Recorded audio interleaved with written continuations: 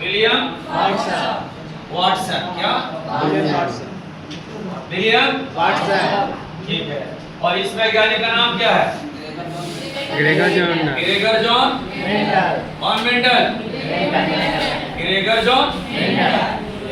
देखो भाई यहाँ लिखा हुआ ग्रेगर जॉन, यही है ग्रेगर जॉन मेंडल, यही है अनुवांशिकी का पिता। उसका पिता अनुवांशिकी का पिता। याद रखेंगे इस बात को। और इनका स्कूल ये है, यहाँ पढ़ा करते थे इस स्कूल में। और इनका घर ये ऑस्ट्रेलिया, पूरा ऑस्ट्रिया में एक शहर जगह है वेर्नो, सर की या ब्रून के नाम से भी जाना जाता है। ये शहर है, ये इनका 10वां गांव है। कहाँ? तो ऑस्ट्रेलिया, इसको ऑस्ट्रेलिया के नाम से भी जाना जाता है। ठीक है।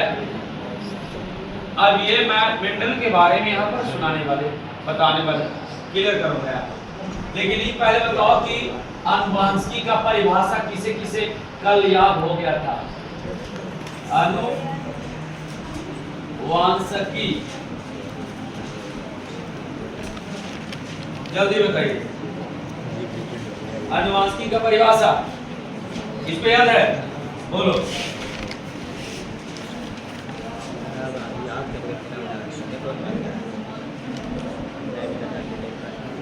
हिंदू सुना है। Very good. चलिए और किनको याद है जी अनुवांशिकी का परिभाषा? 22 में लड़का में जी। चलिए और कोई लड़की सुनाना चाहती है? बोलिए।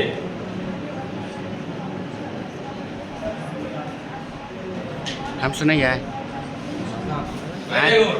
ये दोनों बार हमेशा कमाल क्यों करती है? मैंने जब भी पूछते तो बता ही देती है।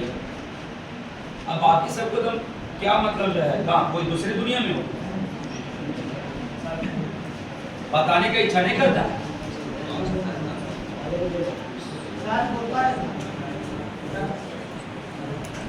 हाँ कौन बोलेगा? चलिए बोलो। यहाँ पर एक जॉनसन भाई, जॉनसन करीब 1909 ईस्वी में एक वैज्ञानिक जिनका नाम था जॉनसन या जोहानसन के नाम से भी जानते हैं, जोहानसन के नाम से भी जानते हैं। यही जोहानसन जो इन्होंने बताया था जीन के बारे में, क्योंकि इस अनुवांशिकी में जीन के ऊपर में ही सब कुछ किया जाता है। तो इस जीन के बारे में जोहानसन ने 1909 ईस्वी में बताया। तो यहाँ पर सबसे बड़ा फैक्टर इस जीन के बारे में, जो कि यहाँ पर अनुवांशिकी के पिता जिनको कहा जाता है ग्रेगर जॉन मेंडल को, ये जीन के बारे में जानते ही नहीं थे। ये बताया जोहानसन ने, तब इन्होंने पढ़ा और तब जाकर के जीन के बारे में बताया, और तब से इनको जीन विज्ञान का जनक भी कहा जाता ग्रेगर जॉन मेंडल। चलिए एक तो बात यहाँ पर 1909 ईस्वी में जोहानसन ने जीन के बारे में बताया था, इस बात को कंप्लीट कर। अब आइए आगे की पॉइंट को हम जानते हैं। यहाँ पर सबसे पहले बात जानेंगे हम लोग चैप्टर। इसमें कितने चैप्टर पढ़ना है? इस अनुवांशिकी चैप्टर याद रखिएगा। अनुवांशिकी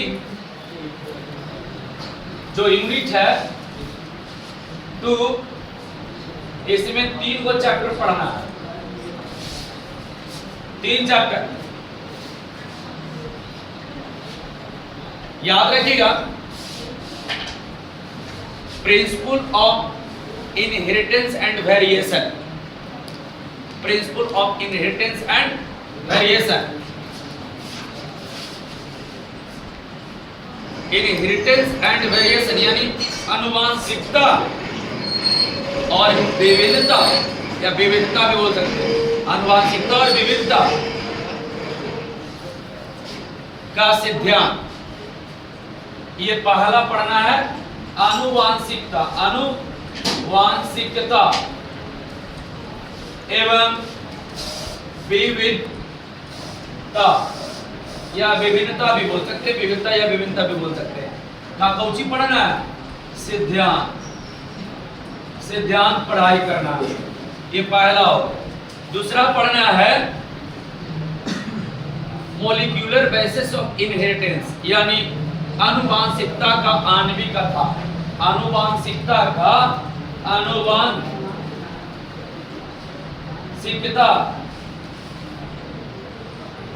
आनुवांशिकता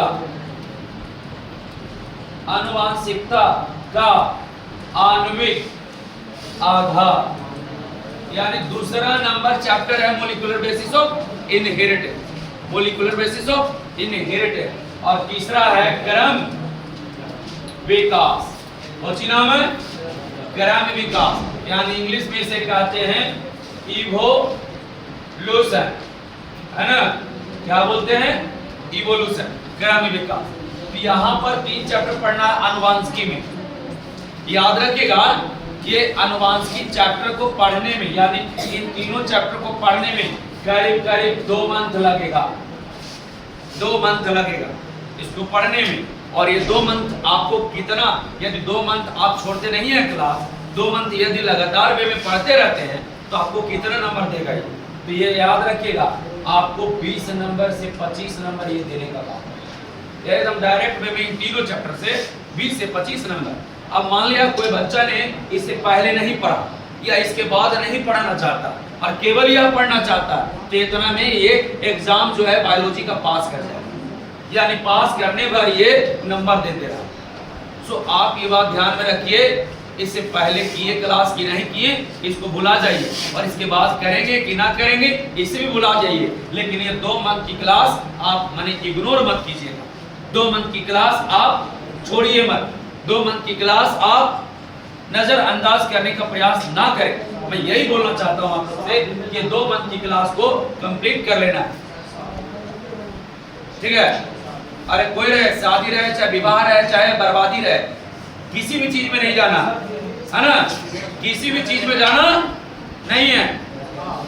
आज तुम चले जाते हो किसी के शादी में, मैं बता रहा हूँ, आज चले जाते हो किसी के शादी में, कल होकर के क्या तेरे शादी में आएगा वो?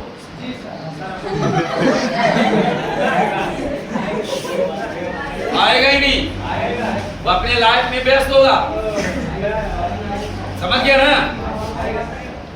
इसलिए किसी के शादी में जाने की जरूरत नहीं है, बस 2 मंथ के लिए तुम मेहनत करना चालू कर दो और इस आनुवांशिकी चैप्टर को, आनुवांशिकी यूनिट को कंप्लीट करने का प्रयास करिए, कंप्लीट हो जाएगा, ठीक है। तो सबसे पहले आप चैप्टर का नाम को नोट करेंगे, लिखेंगे।